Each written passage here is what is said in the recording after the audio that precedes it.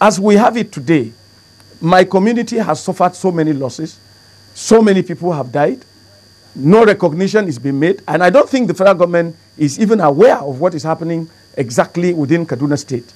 Otherwise, there would have been a mention of the deployment of troops to the neighboring states to Kaduna. There would have been a mention of Kaduna State in that. I think, but my greater fear for Kaduna State is that the activities of the military in these 3 neighboring states may flush some of these insurgents into Kaduna State. And because of the piecemeal approach to the military solution that the federal government has adopted over the years, because of this piecemeal approach, where if people are deployed to a particular state, they cannot even confront the insurgents. Even if they are after them and they move across one boundary, they cannot go after them. And this is what we've seen. And so I fear that there might be a flush of these insurgents from these other states that are receiving military attention now into Kaduna State, and the matter may be worse. And I want the federal government to please kindly take note of this. Let's explore that point you made about the troops' involvement in all of this, how it will affect proceedings. You know, it was only recently that the police, I think it was in front of the cameras too, where they said that communities and the farmers or the herdsmen had called a truce, and that, look, everything was behind them. They were going to work together and move ahead. And then you had this alleged attack by military men in camouflage uniforms, they say, which the authorities say they will investigate to find out if that were the case. What does that attack, from your perspective, do to that initial comment by the police that both communities, the communities and the herdsmen, had called a truce? Are you talking about Nasarawa State? Yes, even concerning Kiana in Kaduna. Well, the truce must be made effective by continuous checks, you know, on such a truce by government and, like I said, the politicians. You know, we have a quick fix approach to the solution to this insurgency, which doesn't seem to work. We must keep up with what is happening on a continuous basis because of the way. And like I said earlier, we expect that the federal government should have a more comprehensive approach to solving these problems. It's not a question of one state is peaceful today and you ignore it completely and go after states that have been ruptured, whose peace has been ruptured. I think it is important that the federal government looks at the entire country. It's not a question of you looking at what is happening in the northeast, concentrating everything there. And do remember that for years and years now, the federal government appears to have done nothing to encourage peaceful communities. And so insurgency appears to be very rewarding. I can say that if the Boko Haram needed money, the federal government would have shipped in a lot of money there already in order to pay them for what they've done to this country, against this country, because that was exactly what happened in the Niger Delta area.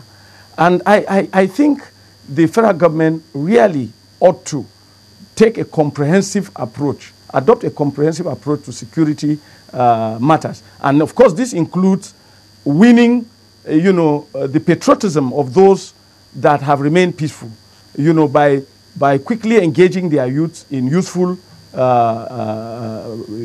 activities to themselves, their families, and to the nation. Because if that is not done, once militancy moves into such states, in any way, converts, there will be immediate converts. And so if you talk about a truce, yes, there could be a truce, but in order that it is not temporary, government has to maintain it. Government has to nurture it. Mr. Bantex, when you say government, you talked about the federal government encouraging communality amongst the residents of various communities.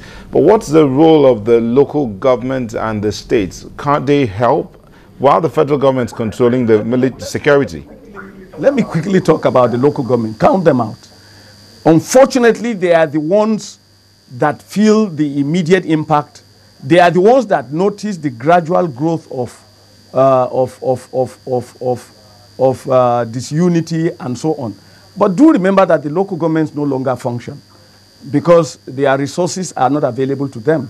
Their resources are managed at the state levels. And so even when the local government is confronted with an issue that can easily be tackled at its infancy, they don't have the capacity to do that because they don't even have the resources to even buy fuel, to move around and so on, because the resources, apart from salaries, I do not think the local governments as it is manage any resources.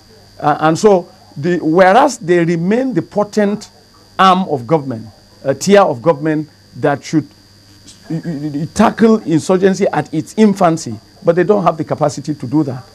And when it comes to the states, of course, are too far from where these things start.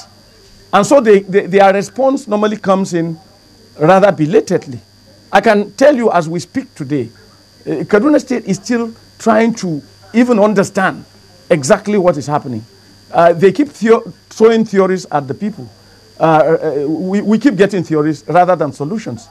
The government is busy wondering whether the attacks are from Boko Haram or from Fulani herdsmen or from the indigenous ones or from those who are nomadic, who move from place to place. And that is how confused the situation is. But I want to use this opportunity to still call on Nigerians, to ensure, because at the confab I had somebody making the horrendous mistake of wanting to call for the abolishment of local governments. That should never happen. Rather, the local government should be strengthened, they should be financed, they should be autonomous, and they should be in a position that they can solve primary issues before they snowball into secondary and tertiary situations that are beyond government, such as the insurgency we currently have. Speaking with us today on Sunrise Daily.